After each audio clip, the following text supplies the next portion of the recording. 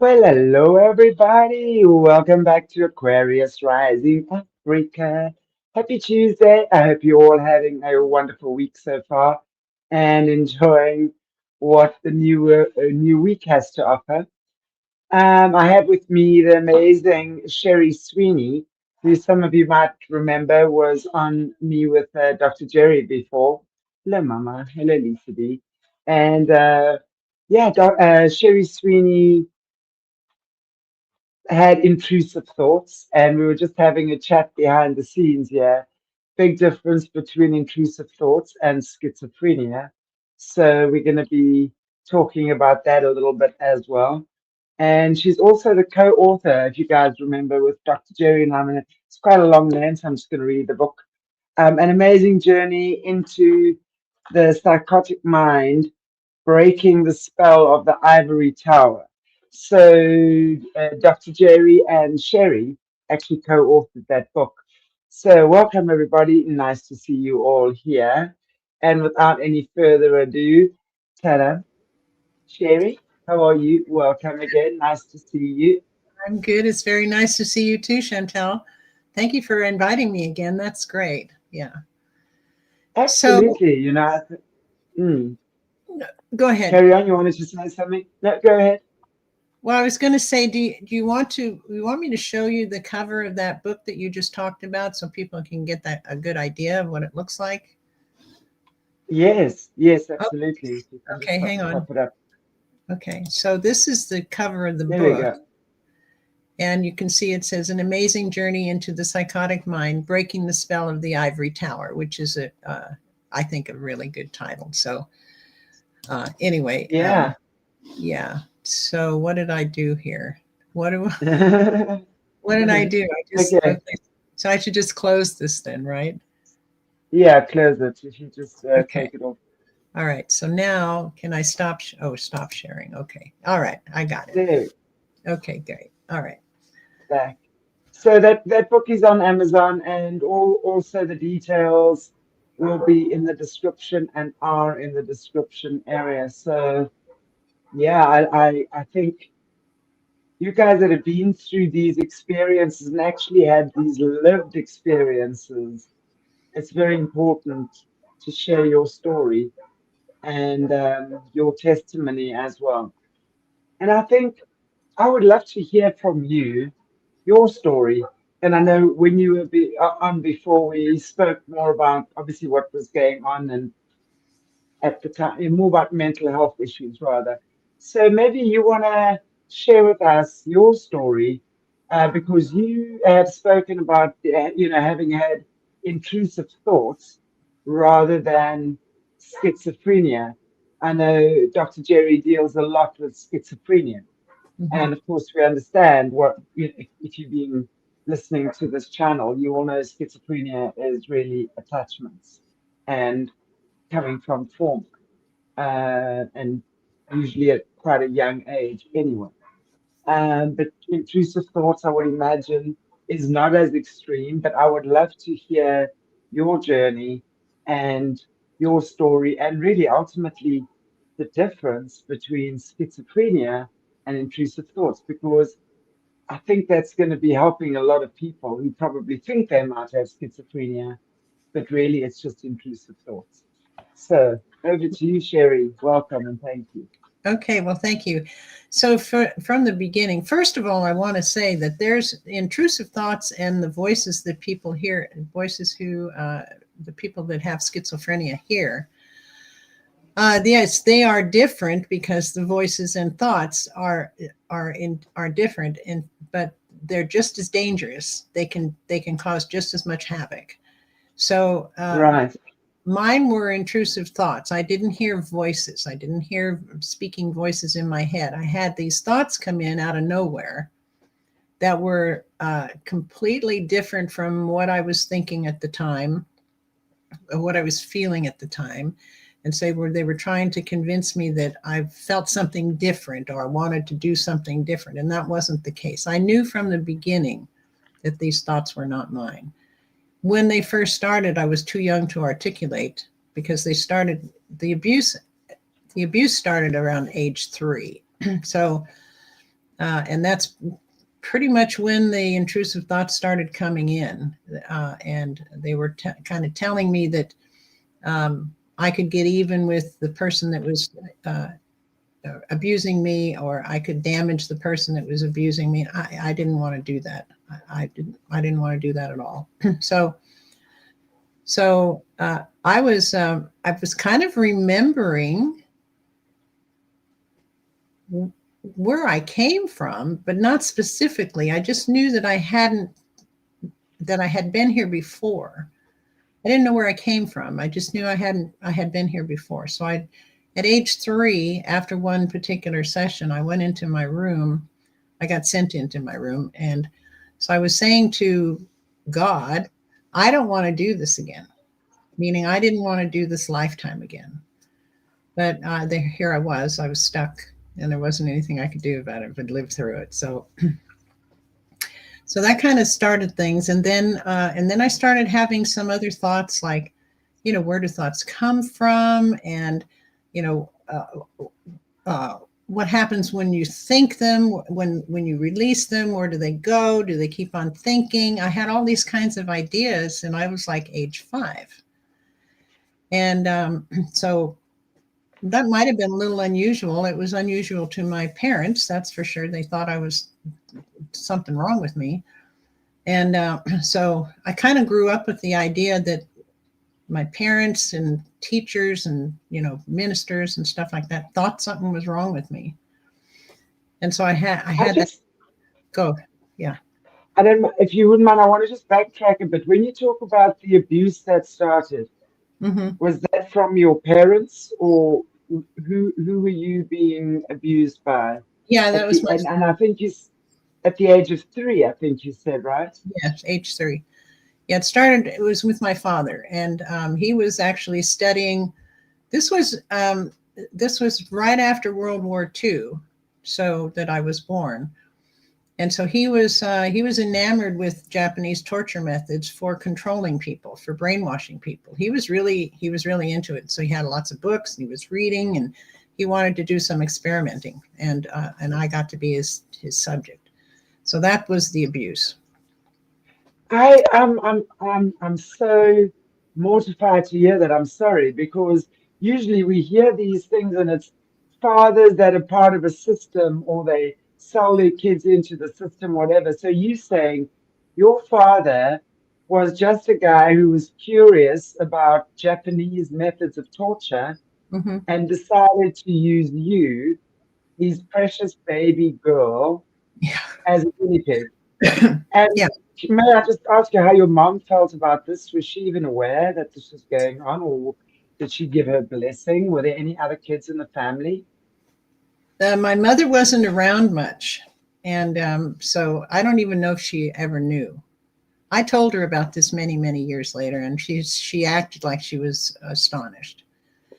So I don't really know if she knew or not, but and I don't remember seeing her around when this was going on. And but anyway, they got divorced, and then he remarried, and then the woman that he remarried didn't have any idea what he was doing either, because she was working and he was working at home. So when I was home, this is when he would do these experiments with me. And so the thing is, to avoid the pain, I automatically left my body. I didn't know I was doing that. I just left my body and went to what I called a safe place. So that became my safe place to go to when things went so wonky and so painful that I couldn't take it anymore. So that was what I did. And it's a weird story, because I ended up in a place that looks very much like where I'm living right now. So I might have created that in my mind. Of course, I'm sure. Can I ask you what type of methods? I mean, if he was obsessed with Japanese torture, I'm interested to know if that was any different to the mind control techniques and stuff like that that we hear about with many of the other survivors, or was there anything different about the Japanese style of doing things? Well, he had some minor things to begin with. The very first one was holding glasses of water in my hands and having my hands out all the way, all the way, and just hold them out there until my arms were going to fall off. And so he wanted to time it and see how long I could hold it before I dropped the glass. And he warned me, don't drop the glass because there'll be severe consequences.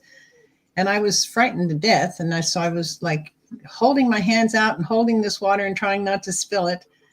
And so I started to cry when my arms were starting to hurt so bad. Because, you're just holding your hands out like this for a long time, even with nothing in your hands, they get heavy.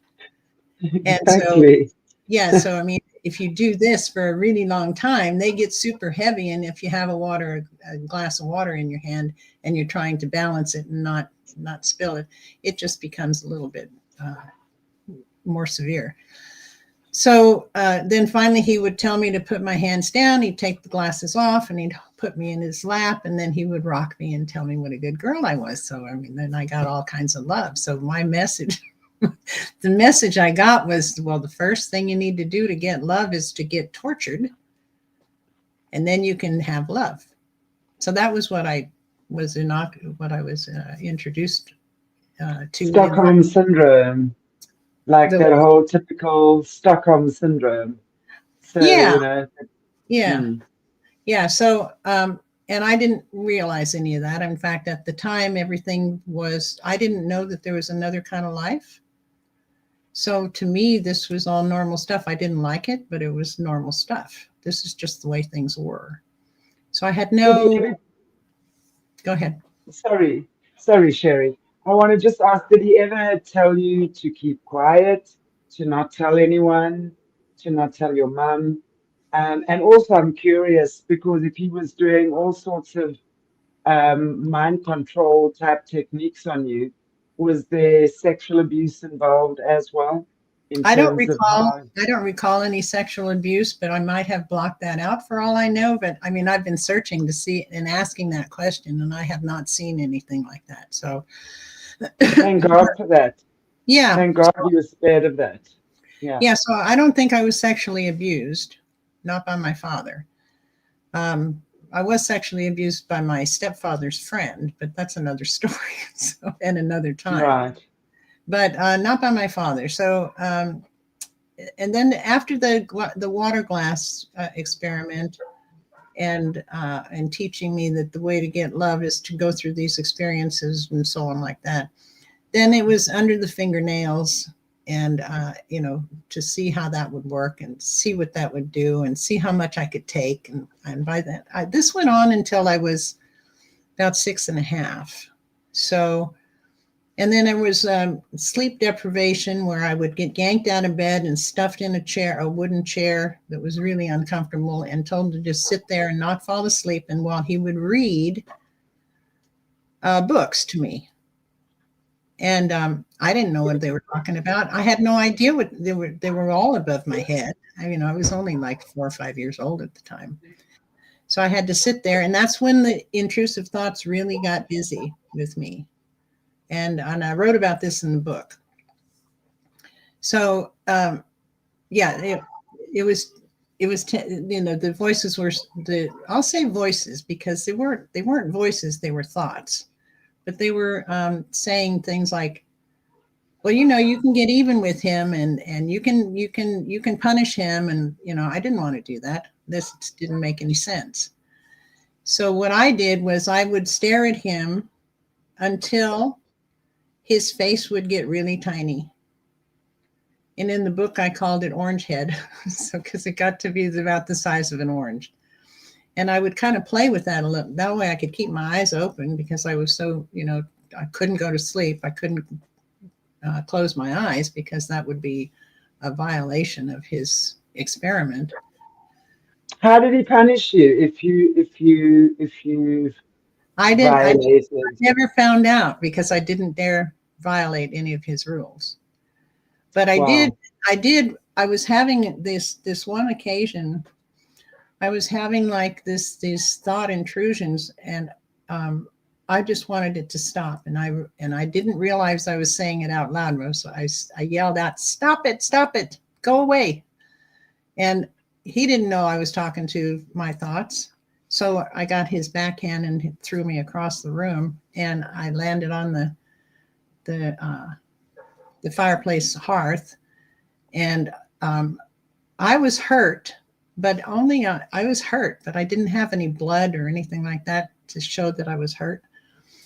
And that might be part of the reason that I'm going to a chiropractor right now, because I have some physical ailments that I'm dealing with, and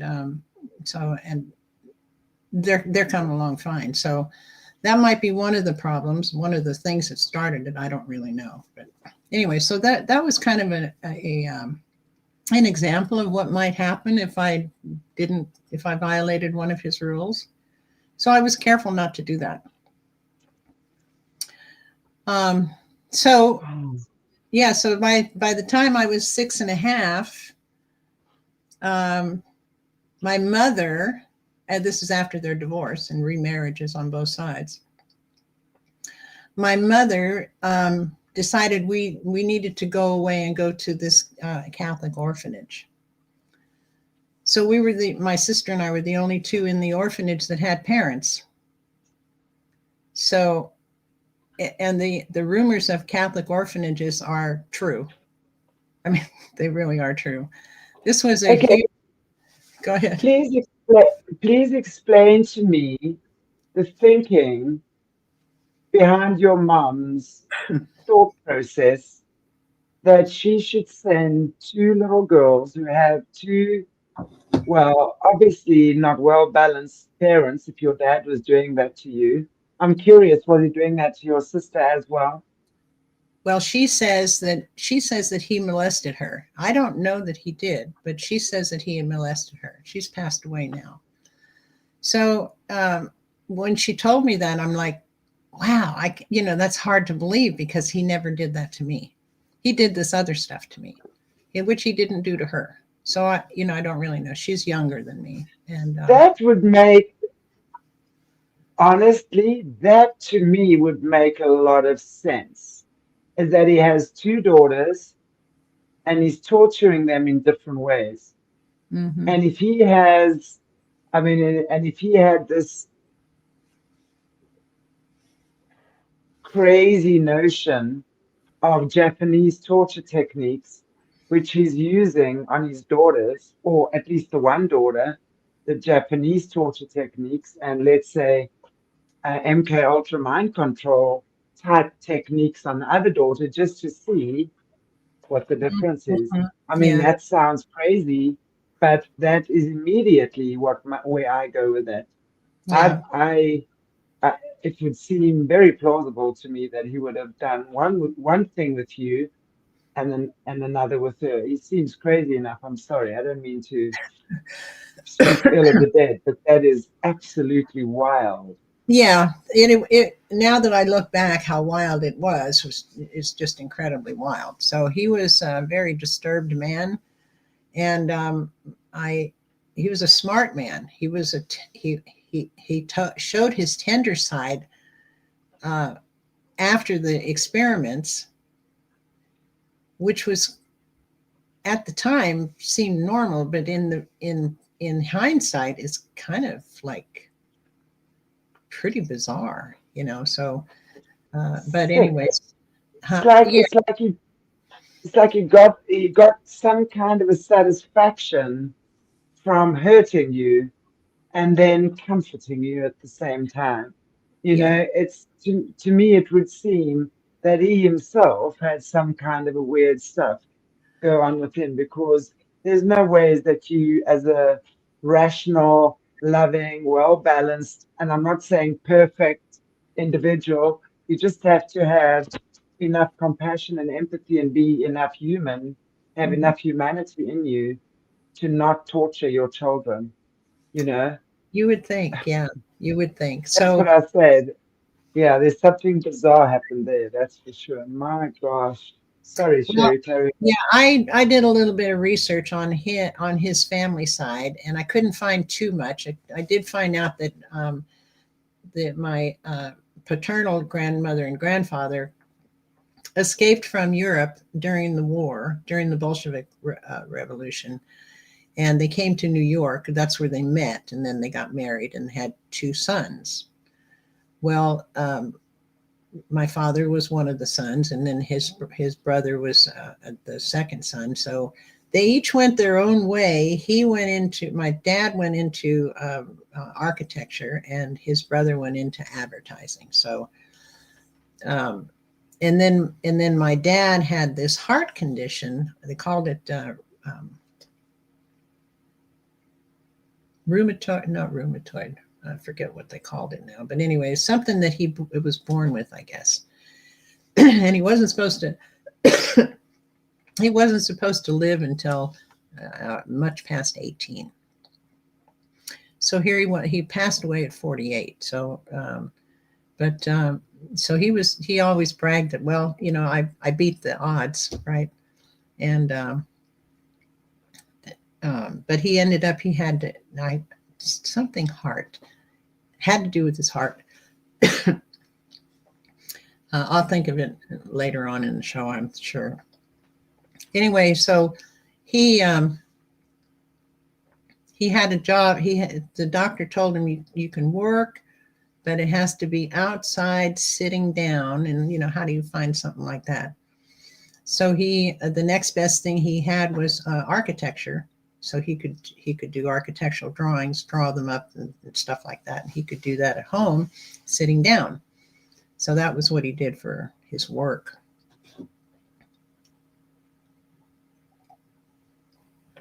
So he was home all the time, but he was an avid fisherman. He was an avid hunter. And me being the older daughter, I loved that stuff. I loved outdoors. So when I got older, he would take me with him fishing and hunting. And by then, there was no more torture going on. None of that was going on. And I compartmentalized it into my brain so that I didn't remember it at all. This all came back in a flash when I had an extreme event in my life later on. Up until then, I don't think I remembered the beginning of my life until about the age of 13. So I went through most of my life not remembering that part. It was like it didn't exist. And we used to joke about it. It's like, I don't remember it. You know, it's not there. And so nobody's thought much about it. It's just, okay, well, she doesn't remember her childhood. That's all there is to it. So, but all of this came back in a flash. It was like a movie. And it was like these individual screens coming in front of my face with each thing. And I was kind of like, I was just sitting on the floor, and all of this stuff just came out like a tsunami. It was shocking, really, really shocking. So it took me a while to process that and figure out, okay, what is this? Is this really real? Is this really what happened? Because up until that moment, I had no idea that all of that had happened. Which is probably, that's the miracle of the mind, how the mind can protect you from going through such trauma, and then it just blocks it off. I can't take that anymore. So so now you can go through life as though it never happened, right? So that's what happened to me. Okay, and I know I digressed here. That's okay. I want to go back to you and your sister at the age of 6, going to a Catholic orphanage. Why on God's green earth were you sent to a Catholic orphanage if you were the only 2 kids with parents? Yeah, we were told that my mother had tuberculosis and she had to go into a sanitarium and be there full time. And she didn't think that my father could take care of us properly. That's what we were told. So that's all we know. And so, but when she got out of the sanitarium 3 years later, because, you know, back in those days, that's what they did with people with tuberculosis. They put them in a sanitarium. And Today they have shots and stuff like that to take care of things right away, but not then. So anyway, Right. so that's the story we were told. So we didn't feel rejected. We just felt kind of odd because there was 500 girls there in different age groups, and none of them had parents. They were killed in some way or something like that. I don't, I never did find out the details of their stories. So it was just a given that, okay, so we were the only two there that actually had parents. Everybody else had social workers and aunts and uncles and, stuff like that came to visit them every once in a while. And we had our parents come and visit us. So it was kind of bizarre. Your parents coming to visit you in an orphanage.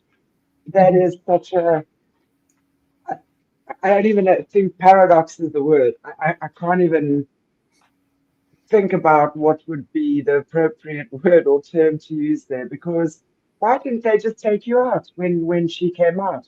Well, I don't know. I never did know, but we got out when I was 13. We got out, so I was there. We were there 5 years, and so we got a lot of training from the Catholic orphanage and the nuns, and we got a lot of abuse, and we got a lot of mind control, and they just made things worse. They just made things worse. That was actually going to be my next question. Is what did they actually do to you there? I mean, as when you talk about training and mind control and abuse, what did you experience in that orphanage? I mean, Well, if you're willing to share. Well, one of the things that they like to do is they would punish the girls in front of everybody. So they had the girls make a big circle with the person in the middle, and then they would punish the girl with they had those what do they call them? They're like the paddles that you have the little ball on the rubber band thing. You know, Yeah, yeah, dingbat, yeah, dingbat. yeah. So they had those, and they would whip us with those. So we had to make sure we stood still, pants down, bare butt showing in front of all the girls, right? That was humiliating. And then we would get spanked. They called it spanked, but it was pretty much of a whipping because it was just super hard. And you can imagine these girls are small. I mean, I was like 6.5 when I went in, and the first time I ended up in the circle, I was like maybe 7. So it's like and all the girls were in the same group, so they were standing in a circle around me, and I had misbehaved. I didn't think I misbehaved, but they did, the nuns did, so that was my punishment. And so and what I did was I really was enthused about the stage and creating plays. And so a bunch of us girls, we were like, they had a theater there, so, and they would put on shows. And so I thought it was a good idea to create a show. I would produce it and direct it, and everybody would do their thing, and we would surprise the nuns with this. So that included, we went into the costumes, and we were changing into this costume and that costume. And well, in order to change, you had to get in your underwear so to get on to the next thing. So the nuns came in when the girls were in their underwear getting ready to put on their next costume, and they accused us of, I don't remember the words that they used, but they were talking about going against the biblical scriptures of being decent. They were calling us indecent. And since I was the ringleader, I got the punishment. And I was like trying to tell them what was going on. They're just changing their costumes. Nope, nope, nope. We're not going to hear it. So that was all there was to it, and I got that punishment. And I would not, I would not agree with what they were accusing me of. I just wouldn't do it. So every time I wouldn't agree with them, I'd get some more punishment. Finally, I started bleeding from them hitting me so hard with that bat, and so they finally stopped. And then I just fell on the floor. And the two girls that were my best friends at the time, we were like the three musketeers. And so they came rushing in and they wanted to know what can we do. And I'm like, well, we can wash these wounds up and see if we can find some bandages and get that taken care of, and then we'll be okay. So there wasn't anything we could do about it because the nuns were they were brutal. There was only one really nice nun there, and she was the cook. She was a big, rotund, bouncy type of woman, and she was jolly, and I don't know where she got her jolly from, but she was always happy and jolly. And she would, every now and again, she'd bake a batch of cookies and sneak them to us. But don't tell anybody. Don't tell them, the other nuns, that I did that. And so that was our reprieve, to have that one nice nun there. All the rest of them were pretty mean, and there was one particular one that was so mean that we knew her footsteps. We called her Sister Marion. I think that was her name. And so we knew her footsteps going down the hallway, so we would just clam up. Whatever we were doing, whether it was wrong or right or whatever, we would just clam up and be quiet while she passed by, because we didn't want to get the brunt of her, whatever mood she was in. So it was pretty awful there most of the time. There were some good times in there, but not enough to really count on one hand. So anyway, so that we had to go to church every single day. And then I think I told the story about the communion and noticing that the nuns lied to us on the last time I was on your show, didn't I? You may repeat it. I think it'll be good. Okay. Yeah, this is a pretty funny story. For me, it's a funny story. I don't know. It was one of the first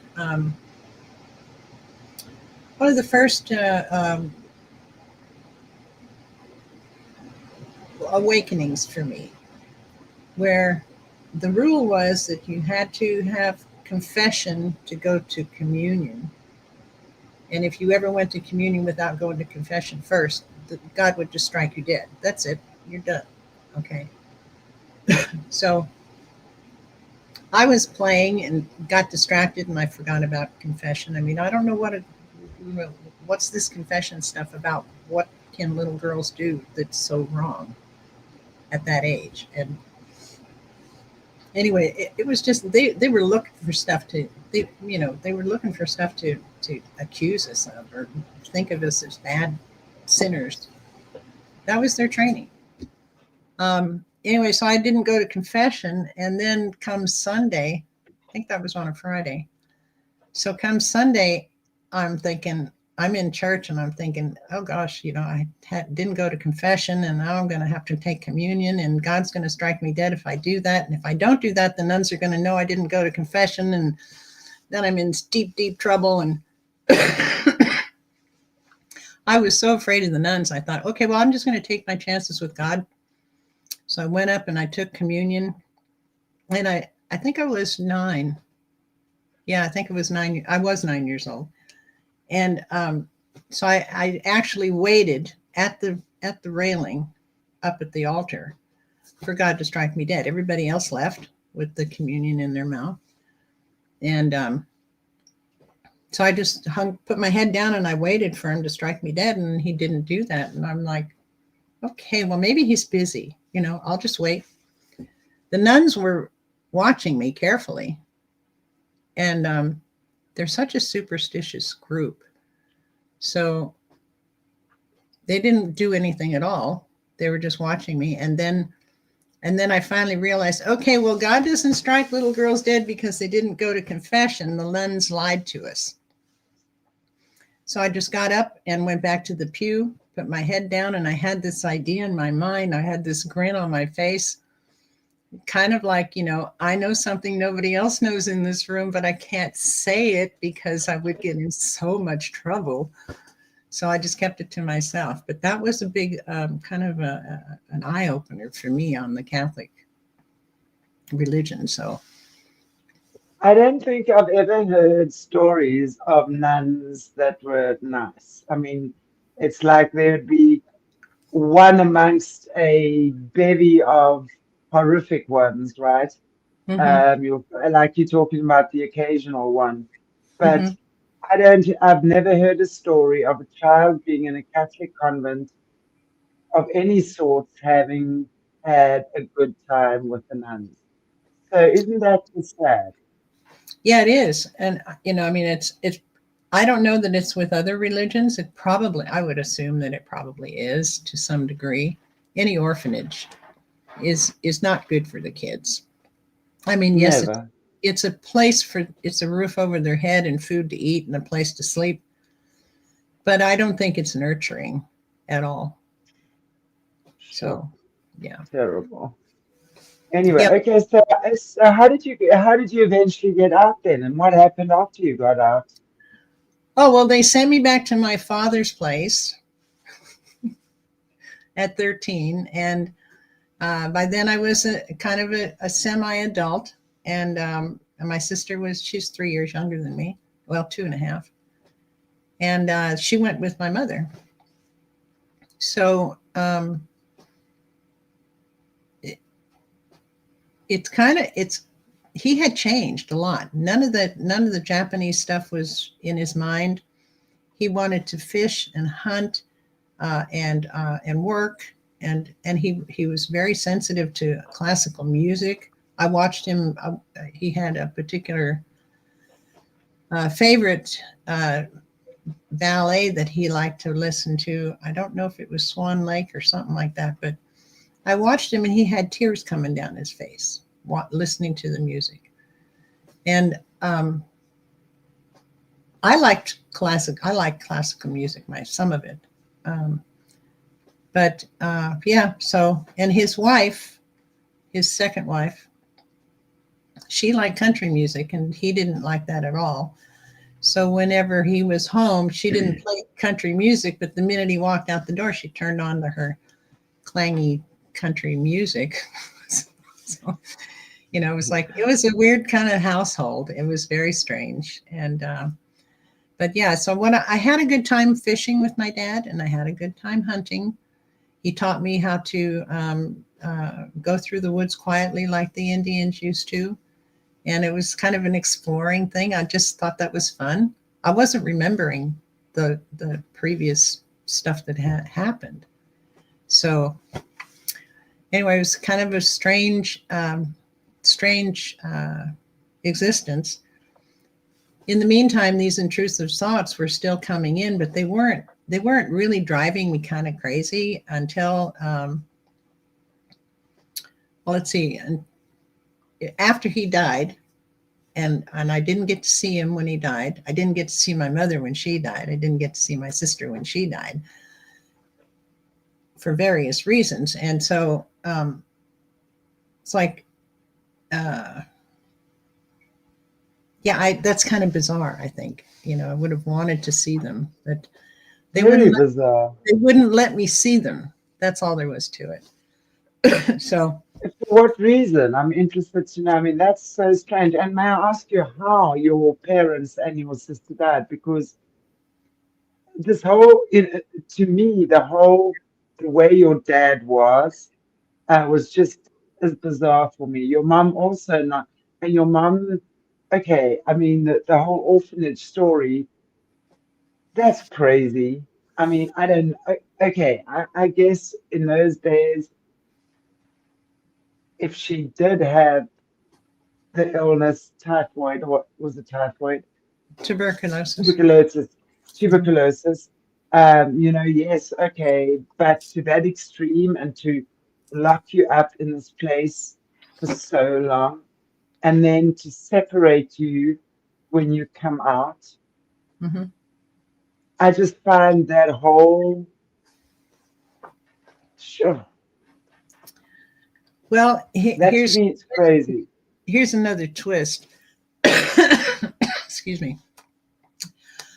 Like you, I have this little cough. Um, Yeah. Huh. my dad was a devout atheist, and my mother was a devout Catholic. And so that might have been one of the reasons they didn't get along very well. I don't really know, but They split up when I was 3 years old, and I don't remember. I think my sister was a little tiny baby. I remember her. And then my my Aunt Barbara took us in. I didn't remember this, but she told me this. She said, "Don't you remember you came to live with me?" And I said, "No." So she said, "Yeah, you lived with me for a couple of years after your mom left your dad." And I'm like, "Oh, okay. So, I mean, that's probably why we're so close. I don't know." She was my mother's sister. So she was like the mother I never had. She was really nice. And I didn't remember staying with her as a little kid, but I did meet up with her much later in life, and she told me this stuff, and I'm like, oh wow, I had no idea. No wonder we're so close. So, but Right. so she passed away too, and she was cremated, so I didn't get to see her either. But that one was okay. Yeah. So, what was your question? Why didn't I get to see him? Yeah, I'm just interested as well. How come you never got to see your family after they passed away?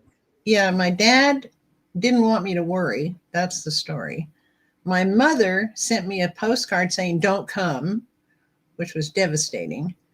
And my sister, she was, by the time I got to New Mexico, where she was living at the time, it was several days after she had passed, and she was getting ready to be cremated. And so the funeral home thought it was a better idea that I didn't see her because she was already kind of decomposed. But so those were the reasons I didn't get to see them. So, and then, yeah, I could throw in, I didn't get to see my son either when he passed away, but that's a whole different story. And of course, neither did his brother or sister.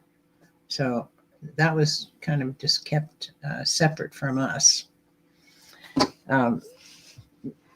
That's his wife's family thing that had nothing to do with us. So that has nothing to do with my it has to do with my story, but it's not part of the intrusive story kind of thing. That's a whole different personal thing. Yeah. So let's see, where do I want to go from here?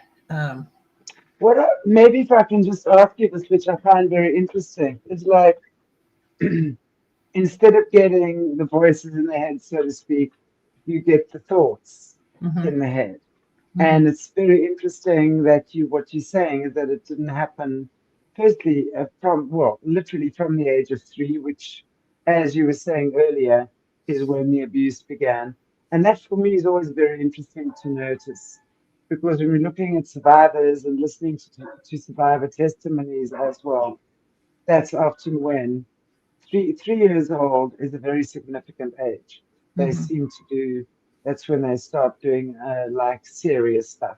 I mean, as if the other isn't serious, but I guess when it comes to ritual stuff, that would be the age as well, which I find very interesting because it's like,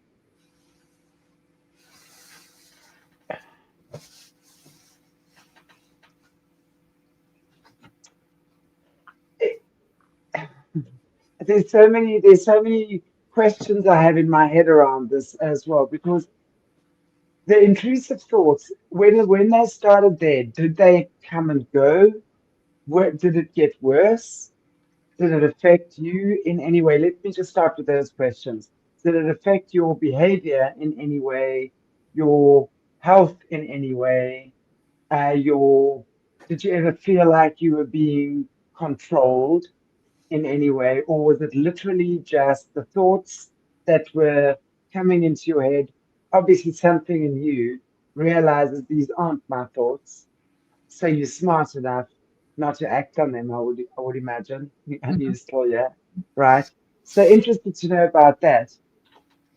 Yeah, they tried to talk me into doing some really bad things, And I came close to doing it a couple of times, but then I stopped myself. I'm like, wait a minute, I'm not going to do this. I'm not going to do this. That's not me. And one of them was at the orphanage with a little girl. She was, I think she was 2 years, and I was older by then. I think I was like 5 or 6, maybe. No, excuse me. I was six when I got there. So I was like 7 or 8 then, 7 years old, something like that. But this little girl was like 2 or 3 years old. So my job was to give her a bath. And that was the job that they gave all the 7 and 8-year-olds was to give the little ones their bath. So this one was just a cute little 3-year-old girl. So I was running the bathtub, and I just put all hot water in there to start with, and so because that's what I was taught, and then I didn't put cold water in yet.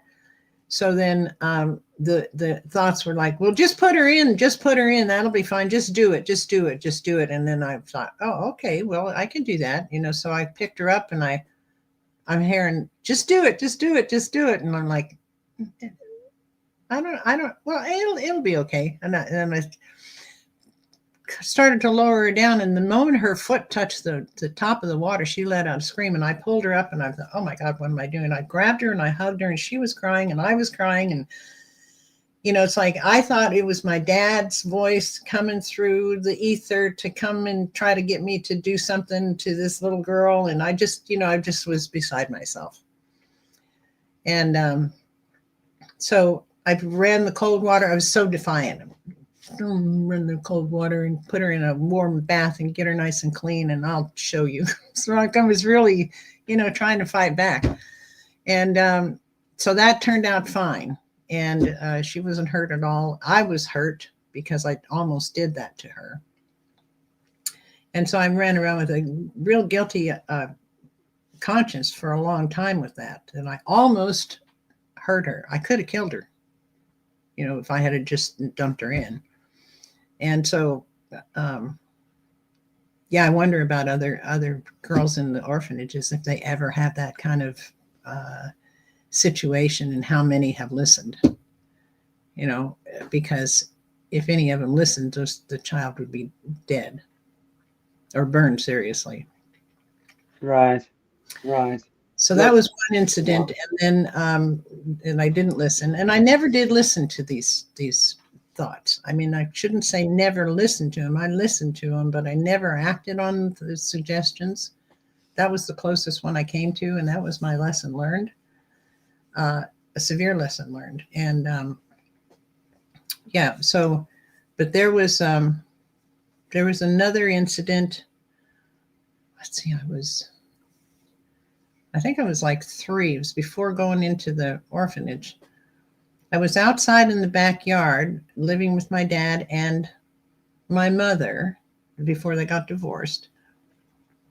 And there's a kitty cat walking on the fence. And so I was like, oh, how sweet. This is a little kitty cat. And I put my hand up, and it scratched me.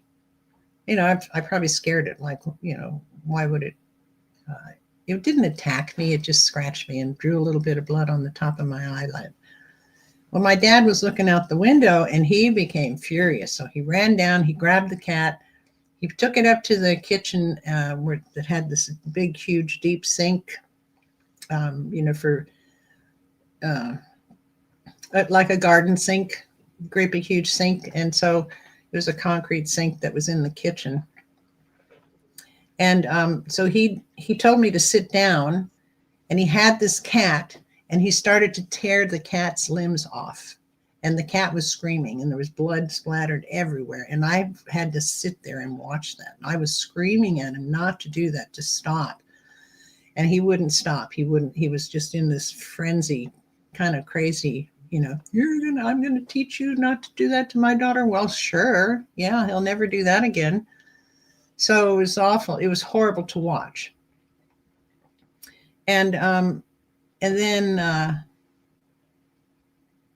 another time, this was probably when I was, I don't know for sure, 2 or 3 years old. he used to collect fish, exotic fish. And so they had a visitor one night, and I happened to ask the visitor, what happens when you flush the toilet? Where does the water go? And he said, it just goes to the ocean. And in my mind, I was like, oh, well, those fish could be freed. If I flush them down the toilet, they could go to the ocean. So I thought I was doing this really good thing, because I didn't like the fish being caged up. In my mind, I was just a little girl.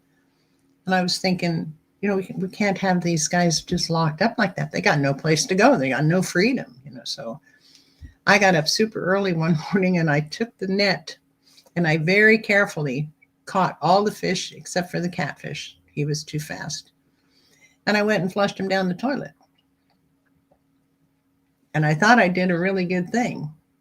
And when my dad found out about it, he was he was furious. And so he went in the kitchen and turned on the oven and waited till it warmed up. And then he opened the door. He picked me up. I was head first. And I remember he was going to put me in the oven. And I don't know for how long, or if he was just, I don't have any idea, but he was going to put me in the oven. My mother stopped him. She was screaming at him, And so he finally put me down, and that was the end of that. So very bizarre stuff in that household altogether. Gosh. I was psycho. I was carrying on. I was trying to get out of his grip, but he was a 6'4" guy. So. Wow. I mean, that is absolutely horrific that your dad did that to you. I mean, how insane. He puts you in the oven. Right. And I mean, I understand the severity of killing all his fish, because I didn't know how precious they were to him, or how precious they were, how rare they were in the first place. But he should have said something ahead of time. If he's, I don't know, maybe he just didn't think about it. Maybe he just, Come on. Come on. No ways on God's green earth do you ever put your child in a heated oven as a punishment. No. I know that. I know that for sure. But that is just insane. Yeah. I was just, wow. I wasn't doing that. I was to avoid me killing all his fish. He could have told me something that would make me stop doing that. So walk us through for a little bit, and at what point, the intrusive thoughts, when do you recognize what they are, and have they stopped? Do you have you been able to stop them?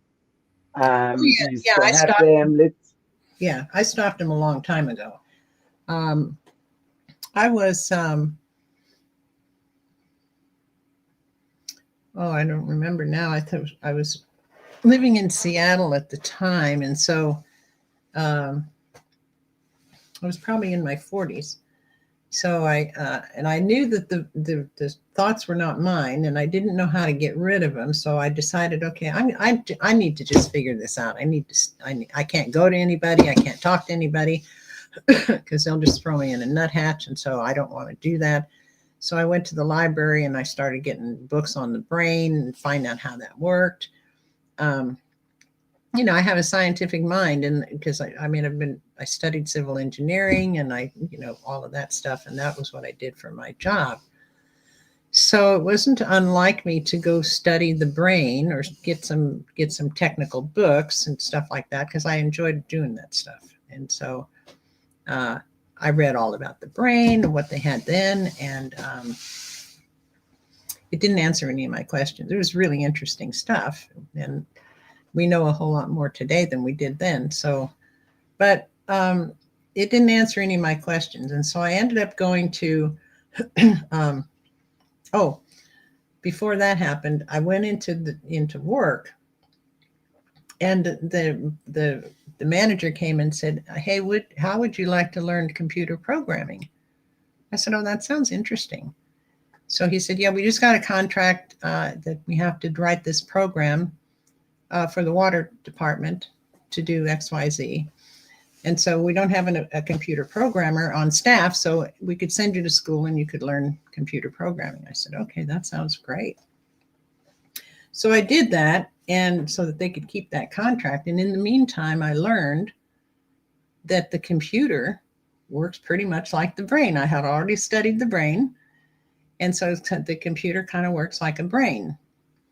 And so it's like a software, and you've got this software in here that kind of, and it was kind of all starting to gel with me. Okay, if I could figure out how to reprogram my brain, maybe, this was my theory, maybe, or my hypothesis, that maybe I could just reprogram the brain and then get rid of those intrusive thoughts. And I thought about that for quite a long time, and finally I decided, no, that's way too complicated, because when I'm being attacked, I need something quick. I need something easy. So then I came up with, going back and thinking about all the stuff that I had been through. All of that was a lie. Every bit of it was a lie. Every time the intrusive thoughts came in, all of it was a lie. So I said, okay, so if I could just say that's a lie when they come, then they'll probably go away. Well, it worked.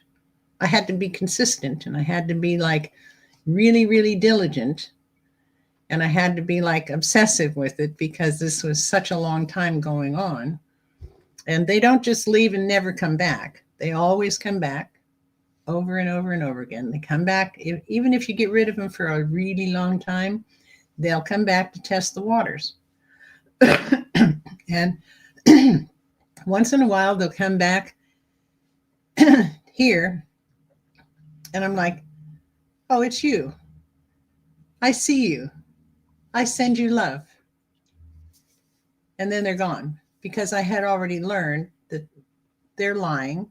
They're lying about everything. Even if they tell you the truth about something, there's a motivation that in the end, they'll mess you up.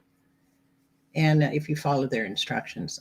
So I wrote, then Jerry said, but then I met Jerry. So I used the That's a Lie program on myself. I used it on some friends. And then I finally met Jerry and told him about the That's a Lie program. And he tried it out on some of his schizophrenics. And he's like, oh gosh, this seems to work.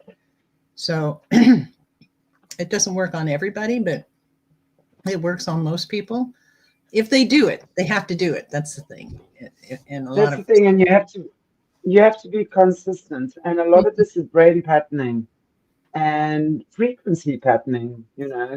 Yeah. And it's exactly true what you say, because you've had so much impacted trauma, right? Over and over and over and over and over again. And it's quite a bit to reverse engineer that. Because that's literally what we have to do, is reverse engineer, you know, the trauma. Yeah. It doesn't have to take as long as, you know, it can be quick once you know the way back. That's the thing. But it's kind of like that reverse engineering. And that's amazing that you were able to figure that out. I find it fascinating that you were doing computer programming and figured out the brain of the computer, or the program is similar or the same really as the human mind, or programmed in a similar way. I guess depends on perspective as well, but it's amazing that you were able to see that, and that's been part of your journey. You know, that's incredible. I took that as universe helping me out.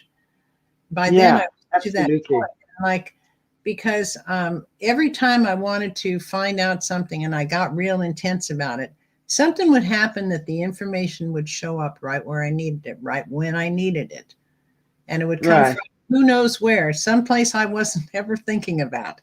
It was always a nice surprise. So the invitation to learn computer programming came just at the right time, that I was Exactly. that I was really doing the research on the brain and trying to figure out what is happening to me, you know, and so then that just fell into place. And so I did a good job with that. And then I came up with the That's a Lie program, because of all the stuff that had happened prior that or that I knew were lies. And then I got to thinking, heck, everything in the world is a lie to everybody. We're all under this spell Right. of being lied to, which is part of where the title of the book comes from, because Jerry wanted to pretty much focus on the families of schizophrenic patients. And I wanted to break the spell of the ivory tower teaching, because those teachings are wrong. They're really teaching the people the wrong. They're lying to them, but they don't know it because they're so convinced that everything is material. They think everything's in the brain, and they think everything. Exactly. They don't see any kind of life or wisdom or anything in the ether. So, they're just being taught wrong. And then, in fact, I got a message this morning just before we came on from a person who says she's researching the voices, and she thinks that the voices are in the mind. So I wrote her back. I said, if you've been taught that the voices are in your mind, then you're either in for a big surprise or you've been taught wrong.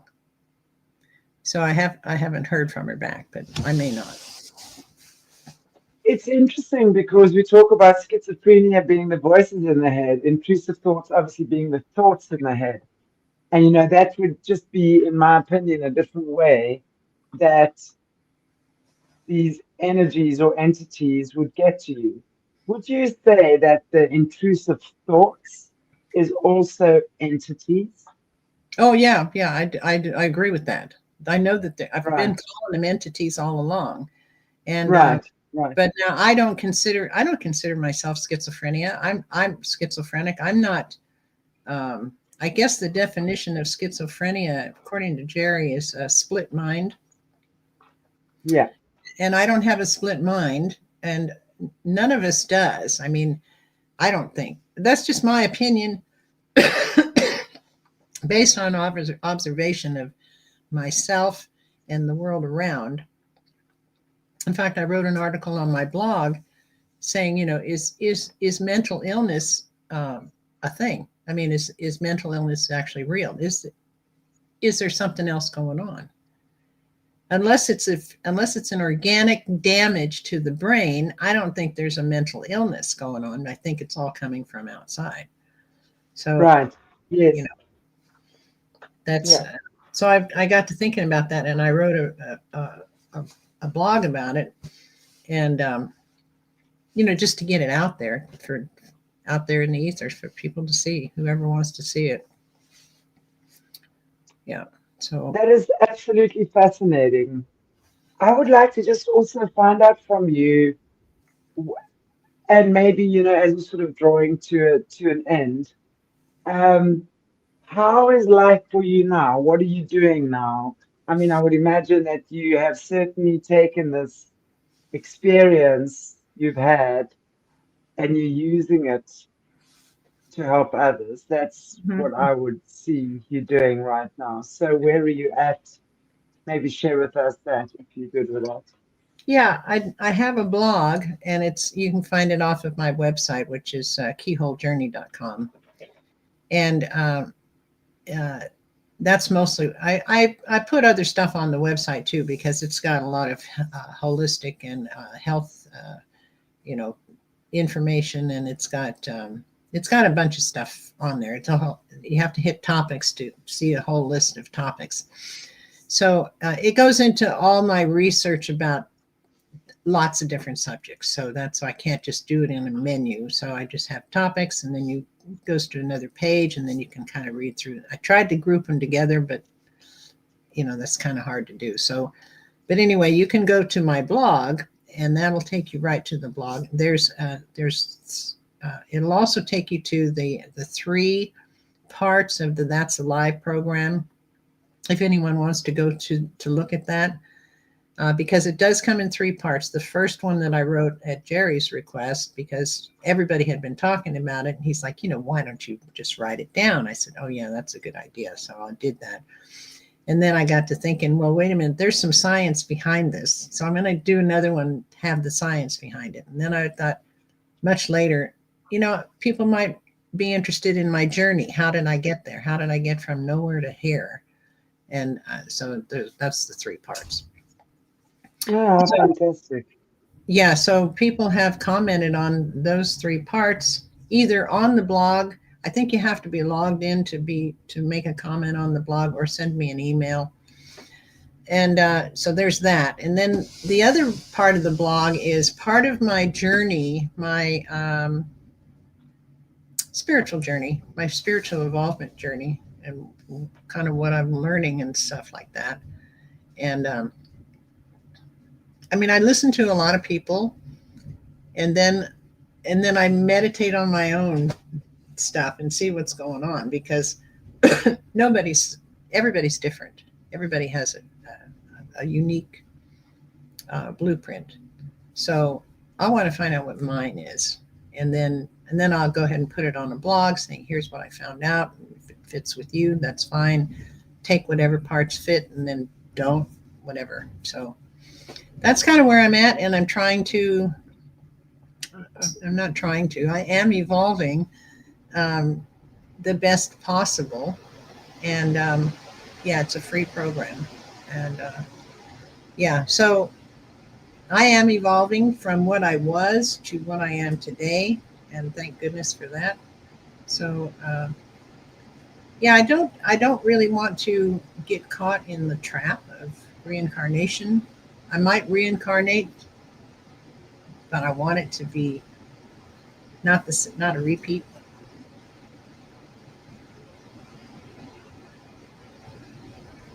I can't hear you.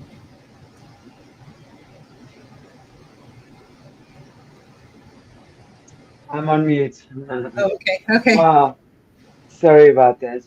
That's okay. I mean, I find your story absolutely fascinating and intriguing. And I want to just say thank you so, so much for joining us today, and sharing that with us, because actually now I know the difference between intrusive thoughts and schizophrenia, because I thought actually intrusive thoughts wasn't as bad as schizophrenia. I thought it was like a lesser version of intrusion.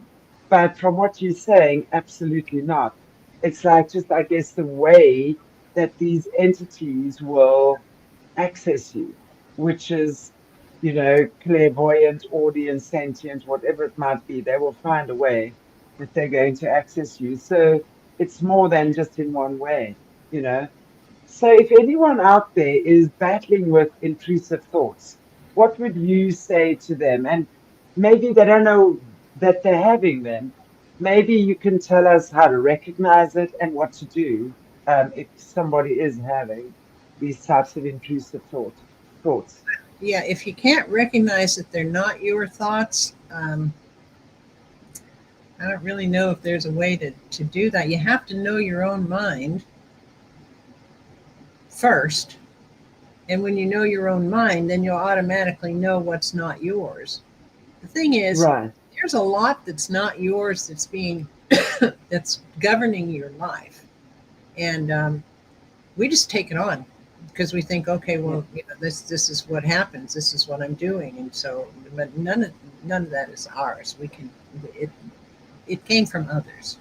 It's not our own authentic thought. So if you keep that in mind, that might help. Just ask the question: is this mine? Is this mine? And your heart will know the difference. And if you listen to your heart, which is not the easiest thing to do, but because you have to get into stillness, you have to be still. If you're just starting, you have to get into being really still and be patient. So, yeah, Right. I remember a long time ago, I asked universe, could you give me some patience? And because I was the most impatient person, I wanted everything to happen right now. And that's the wrong thing to request, because I got patience.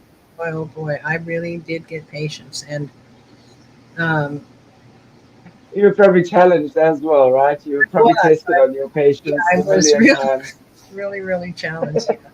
So yeah, that could go on to another interview altogether. So um, Yeah, thank you so much for Chantel for inviting me on. I appreciate having an opportunity to tell my story.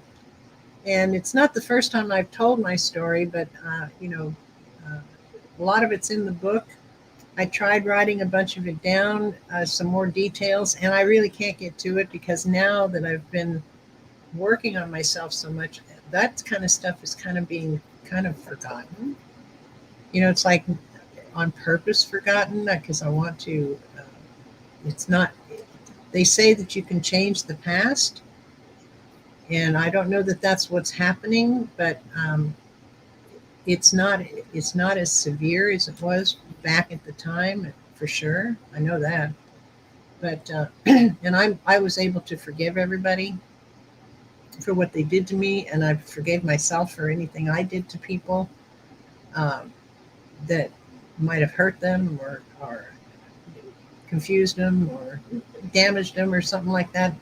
So that takes a lot of effort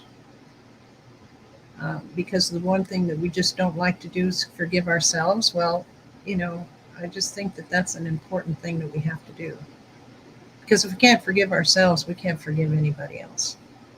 So that's my Absolutely. yeah. It is so important what you've said there. And I just love the way you said it, and just with the tone in which you said it is so important that you've been able to forgive yourself for what you might have done to others to hurt them.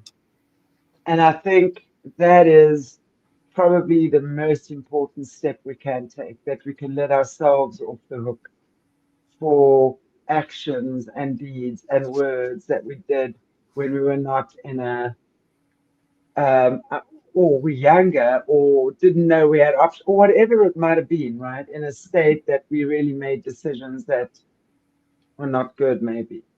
And I really think that that is such an important thing that you reminded our audience of, Sherry, is that you need to, the cat story for me, it's such a, oh, I can't even tell you what hearing stuff like that does to me. So when I hear that story, when I hear stories like that, I just kind of contain myself for that moment, just to process what I'm hearing.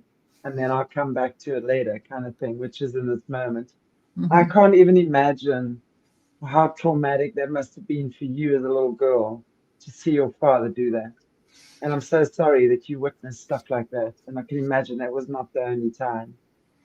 So I would imagine that also takes a lot to forgive your dad for, you Mhm. know, Mhm. a little girl, because of, especially with the Stockholm kind of syndrome training, that trauma bonding.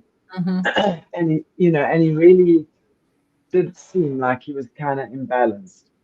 So, Yeah, well, there's also, I mean, that's true. All that you just said is very true, and it took me a long time to first remember that that stuff happened, and then to work on forgiving. And there are a lot of things I needed to forgive for a lot of people, and a lot of things that I did that I know I needed to forgive myself for. But also in doing that, I realized that this is not just this lifetime. This is mm, ancestral. So we have, total. I've read about cellular memory, and it Yeah, just all of a sudden, over time, it just kind of stuck with me like, oh, wait a minute, wait a minute. I'm forgiving everybody in this lifetime. I'm forgiving myself for everything I've done in this lifetime. But what about the other lifetimes? I need to forgive that too.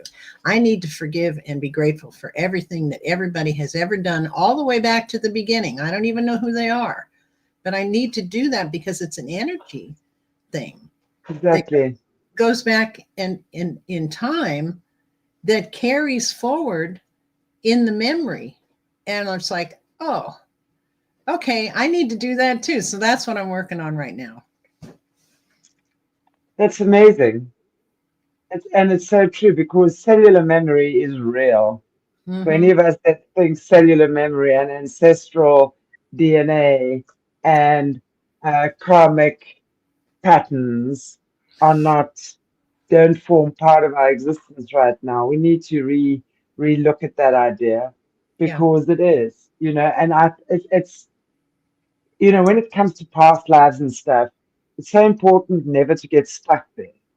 But, to maybe understand the relevance of where you are now, because fundamentally, where you're at right now as an individual is the wisest version of yourself you've ever been. I don't care if you think you're a Cleopatra or I don't know, in the past life, right? Wherever you're at now is the wisest version of who you are. And it's all aspects of you that have gathered in this beautiful body. Throughout time, yes, throughout time, Yes, every incarnation that you've gone through, you've picked up yes, bits and pieces. You may have been a brilliant um, person back umpteen million years ago, but uh, that comes forward anyway. I don't know how many million years we've been here. They say 200,000 years, but I don't believe that. I've looked at so much more. Michael Greenwell, who's found stuff that is, billions of years old. So that's a big question. So, And so much more. yeah, I don't really, that's fascinating. So I'm just assuming that, okay, so from the beginning of time that life started, I have a lineage that I came from. So what I want to do, I don't care if they're on another planet. I don't care if they're a different species. I don't care if they're trees or rivers or mountains, whatever they are. That's part of my lineage. And you have yours. And everybody else out there has theirs. So if you can think, it's a big, huge picture, I know, but I like to think in big pictures. So, but at any rate, if you can think about that, okay, that's part of your lineage. And how does that affect you today? So, Exactly. Exactly. Wow. What a great conversation. What a great conversation. Thank you. I really appreciate you and the wisdom you share. And I would love to invite you back again. So let's plan that and we can discuss. I'm sure we've got a whole lot of things that we can discuss that'll be fine. and go down a few rabbit holes about these types of topics. I find it very fascinating and so important. I mean, I can't say enough times as a healer myself for 30 years how important this understanding and knowledge is to people. Yeah. When we understand how the invisible works Yeah. and we understand how we've created unconsciously mostly um, where we at. Most people don't want to believe that, but that's true. We've created where we are at. Mm-hmm. That is our creation. We are our creation. Our life is our creation. And yes, sometimes we have no control over that, especially in your formative years and stuff like that. But then again, I say that's part of our karmic patterning and repatterning, right? Is Mm-hmm. to understand that and see, yeah, it's there's so many layers, and we could definitely have a lot of conversations around this. I don't want to go down any rabbit hole now No, I don't because either. we could get I don't stuck have there. to. Yeah, Yeah. I mean, but yeah, exactly. I remember the first time I heard that, you chose your parents before you came here and you chose your life. I Yeah, said, why would I ever do something like that to myself? Why in the world would I ever choose something like that for myself? So I didn't want to believe it at all. I just didn't want to believe it. But yet it stuck with me. It's like, oh, wait a minute. Why would I do something like that? Well, then that's been a question that I've been working on. So, yeah, I well, wouldn't be here I, today doing this or thinking well, being who I am today if none of that had happened. well, for me, that's a simple answer. It might not be an easy answer, but it's No, simple. no. Yes, your spirit is always going to choose along with creator is always going to choose that which we need to learn and that is best suited for us in this experience. Hmm. So if I need to learn the lesson of abandonment and let's say reconnection, because those are polarizations, right? Kind of the opposite. And I haven't, and in my Akashic record, that is still unhealed or still incomplete. The cycle is still incomplete, put it that way. Oh hell, I'm going to choose for myself the shittiest parents who are going to teach me that lesson, because I need to find that reunion and reconnection within my own being. And when I have that, then that's when the alchemy occurs. And then I see my parents for the brilliant gifts that they've been for me. And then I see I chose them before I was born. That's where my free will and choice exists. You see, most of us think, what are you talking about? How does a child of 3 have free will and choice? Of course, you don't have free will and choice at the age of 3. Your free will and choice exists in the spirit realm before that, where you knew why you were choosing the experiences you did, because your soul ain't no baby. Just because your little body's a baby, your spirit ain't no baby. That spirit knows exactly what it needed to experience, along with Creator God as well. You know, these experiences will never just like, let's just go do it because I wanna. It's always because there's an expansion and a growth and a learning to be Mhm. had, because we do learn through trickery. We do learn through pain, unfortunately. But pain is not there to destroy us. It's really there to take us to a deeper level of awareness. And Yeah, that's that's what the Eastern philosophies teach. And I'm a great believer in that. I love the mhm. Eastern philosophies. I'm not religious in any way. I mean, there's lots of different ways that people do things. And you know, we all find our way to God through whichever way Yeah, we're and the meant thing is, to. we need to be careful if we don't learn anything else while we're here on this planet this time. We need to learn that it's okay that other people believe different things, because every single person is Exactly. different. And we need to realize that, okay, so let's just say that, all right, you're very much into Eastern philosophy, and let's say that I'm very much into Native American philosophy. Okay, so and I am into I'm into both, but let's just Yeah, say, point of argument, okay, you're doing the Eastern part and I'm doing the Native American part, and there's a point where we don't agree on something. Does that mean we have to break up our friendship right now? Does that mean I have to kill you? Does that mean you have to kill me? No. It just means we have. apparently, yes. Well, apparently in today's world, that's what it Yeah, means. That's like that's a lie. That's a lie that these people are paying attention to. That's my point. exactly. Exactly. And I think, when we look at everything, we will see the similarities in everything, in every different denomination, Absolutely. especially going back to the original teachings or the original way it's meant to be, right? Mhm, We're mhm. going to see there's always a meeting point. And, like the Bushmen or the Khoisan, like the way they hunt, for example, is very similar to the way the Native American people hunt. It's done with a lot of respect and a lot of, uh, you know, compassion for the animal. The animal is not just something you kill because you want to eat it and you're Absolutely hungry. not. Absolutely It not. is something. It is something that has a spirit. It is something that needs to get permission for you to take its life so that you can eat it. And there's a whole beautiful ritual involved with that. So when the guy goes the next day to take his son for his first hunt, he already knows the giraffe or gemsbok or whatever it is that I'm talking about, specifically the khoisan, has already given permission for them to eat it and to Mhm. take its life. And that there's a lot of beauty in that. And also the way the hunting happens, when you're going on foot as a man with a bow and arrow and you're playing fair, you're not going with rolling vehicles and great big guns and blowing the animals into a fucking okay, that's not a topic I should get started on. But I think you understand what I'm saying, right? You There's understand what there's such a respect in you're the saying. way that it's done. I can actually, that's the way I think hunting should, and in my opinion, the only way it should be done, not the commercial way it's done now, because I feel like biltong or jerky or whatever, off to the shop and a great big packet thereof. You go and you get your food yourself.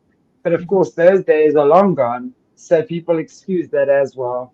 They defend that, but we've got to get back there somehow.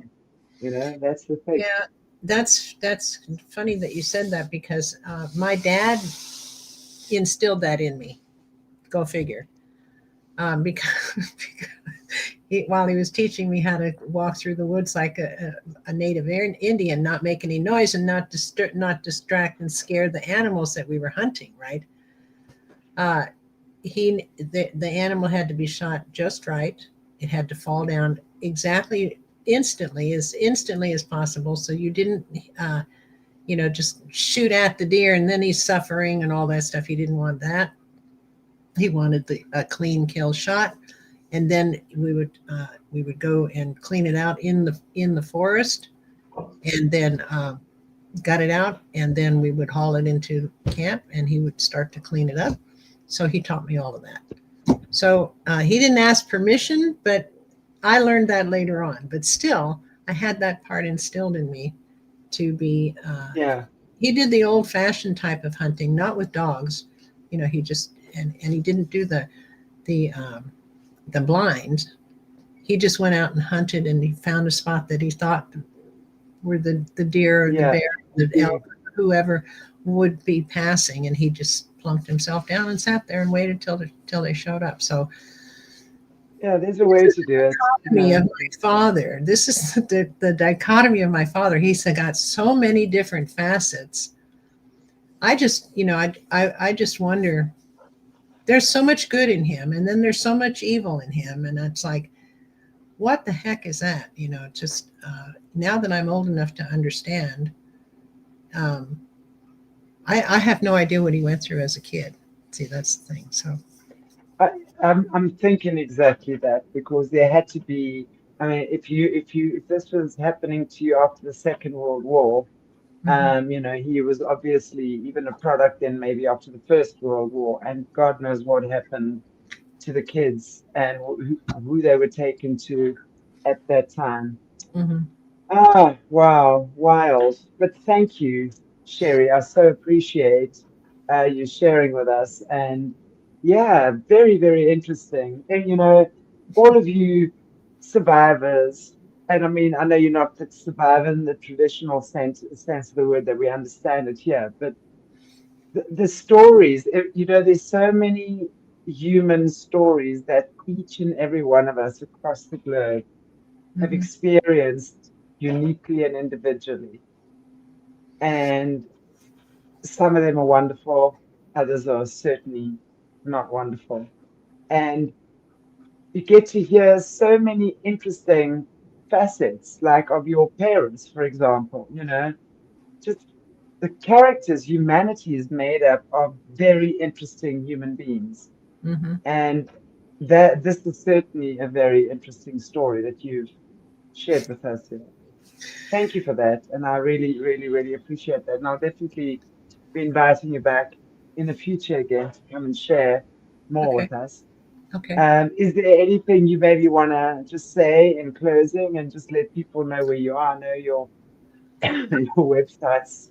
Yeah, you can find me at keyholejourney.com, and everything that I do is there's a link to that, the Facebook and the I used to do stuff on Rumble and the other video channels, but I'm not doing anything there anymore.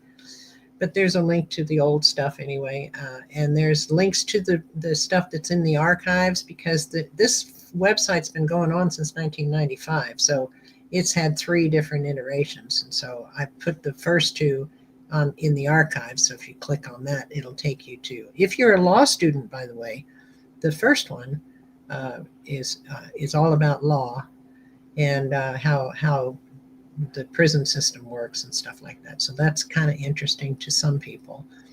And then the second one is kind of my awakening from, the prison system is bad, but that's just the tip of the iceberg. Here's where we really are. And then the last one is the one that's current. So, yeah. Keyholejourney.com. You got it there in the. Fantastic. And yeah, we'll just pop it up on the screen again. Thank you, Lisa Day. Guys and girls, Phoenix, Susan, all of you all. Thank you so much for joining us. Always enjoy our little chat fam here. And I will see you all back tomorrow. Well, Jesse, and then uh, not Q&A, sorry, members, but we're doing the Harry Potter second decode. And that's good. That is for members as well as Patreons. We're going to be doing it over on Zoom. And then Dr. Dennis tomorrow evening. Again, Dr. Dennis Kell. Thank you, everybody. God bless you all. And we will see you tomorrow. Have a fantastic day, evening, wherever you are in the world. Take care, drive safe, and play nicely.